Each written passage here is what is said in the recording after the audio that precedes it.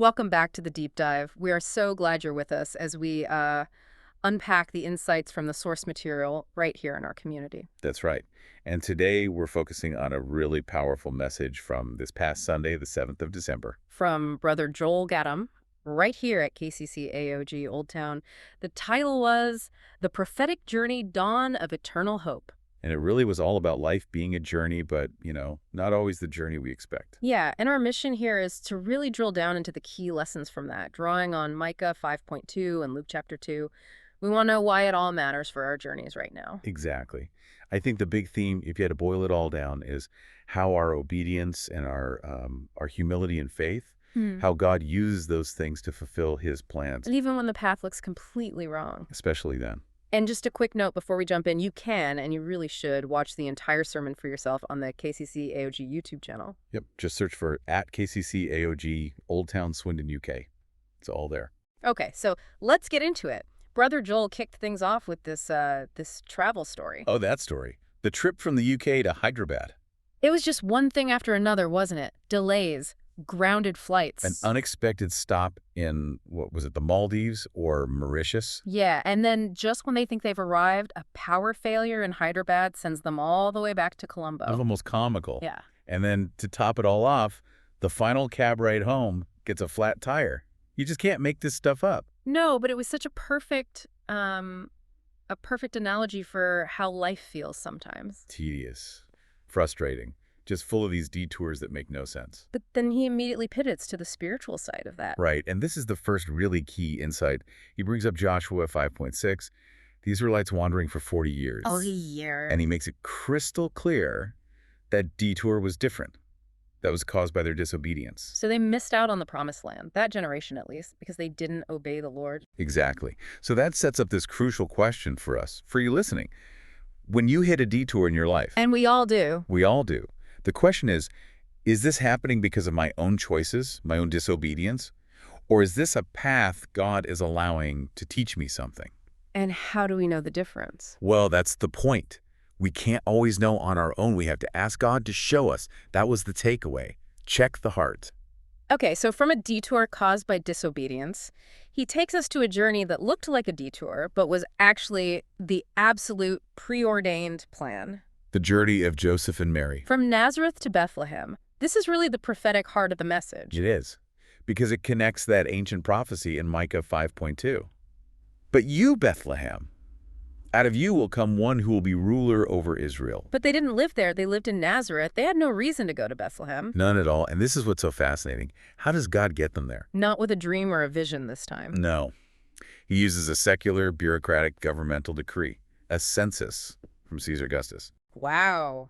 He uses the Roman Empire, something you might call worldly, to fulfill this sacred prophecy.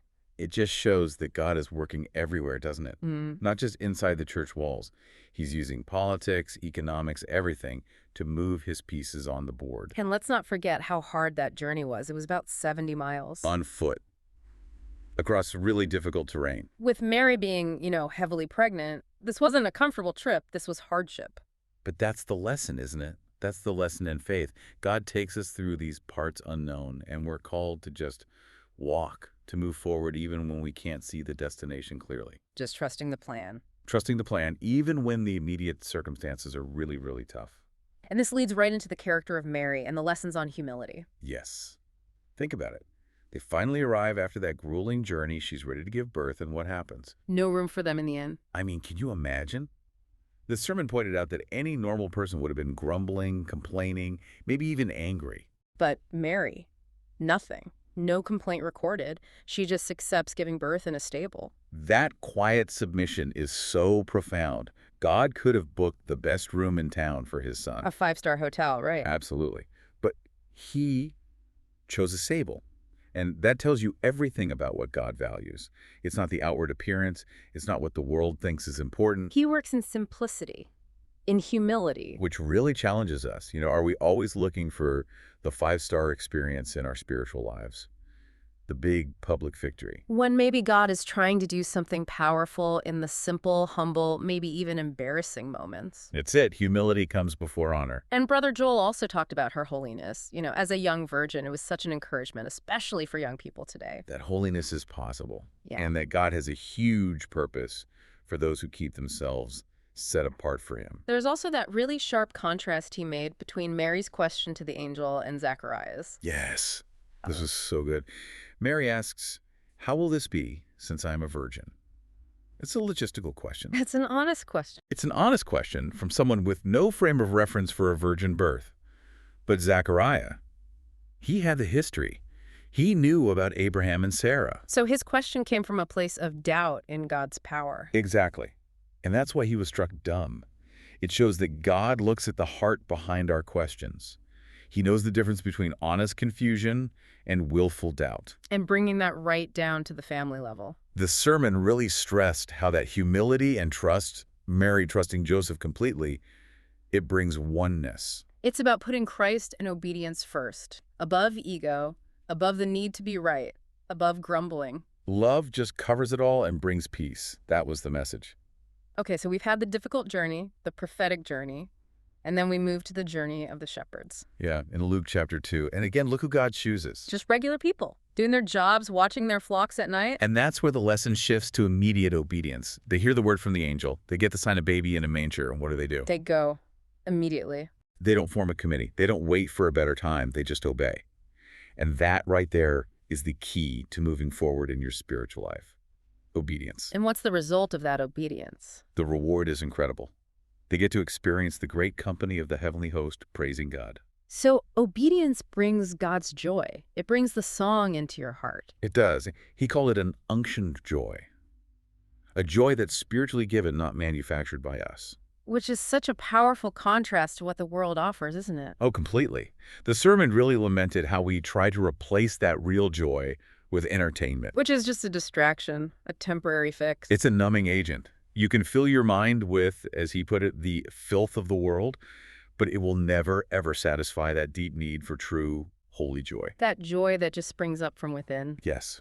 And it comes from holiness and spending that quality time with God. So if we pull all of these threads together, the detours, the prophetic path, the shepherd's response. The overarching lesson is that we have to obey and step out in faith. But there's a big warning that comes with that. The danger of distraction. Yes. He used that brilliant analogy of Pharaoh. How did Pharaoh keep the Israelites from focusing on God? He just gave them more work, more bricks, less straw. He kept them, in Brother Joel's words, doomed up with their own works. And that is so relevant for us right now in 2025. It's terrifyingly relevant. Our modern Pharaoh is just busyness, the constant notifications, the pressure to be productive every single second. That feeling that if you're not doing something, you're failing. And in all that chasing, all that work, we lose the most important thing, that precious, unrecoverable time with God. And that time is where we get the discernment to know if we're on a detour or on a divine path. Without it, we're just flying blind, we're just busy. And I thought it was so powerful how he ended by grounding all of this in prayer. A very specific prayer.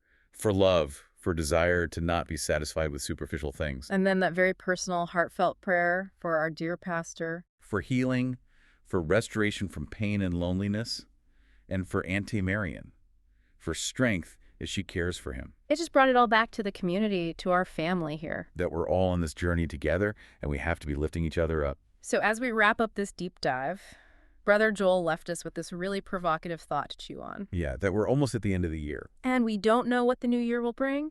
New challenges, new paths. But we have to trust our Savior, the one who orchestrated that whole journey to Bethlehem. He is always mindful of us. So the challenge for you, for all of us this week, is to think about that unrecoverable time. Have you let the busyness, the modern Pharaoh, steal your focus? Have you maybe lost that first love? Go back to the simplicity. Go back to humility. And get that unction song back in your heart. Thank you so much for joining us on this deep dive into the prophetic journey dawn of eternal hope. Remember, the full message is available on our KCC AoG YouTube channel. That's at KCC AoG Old Town, Swindon, UK. We'll see you next time.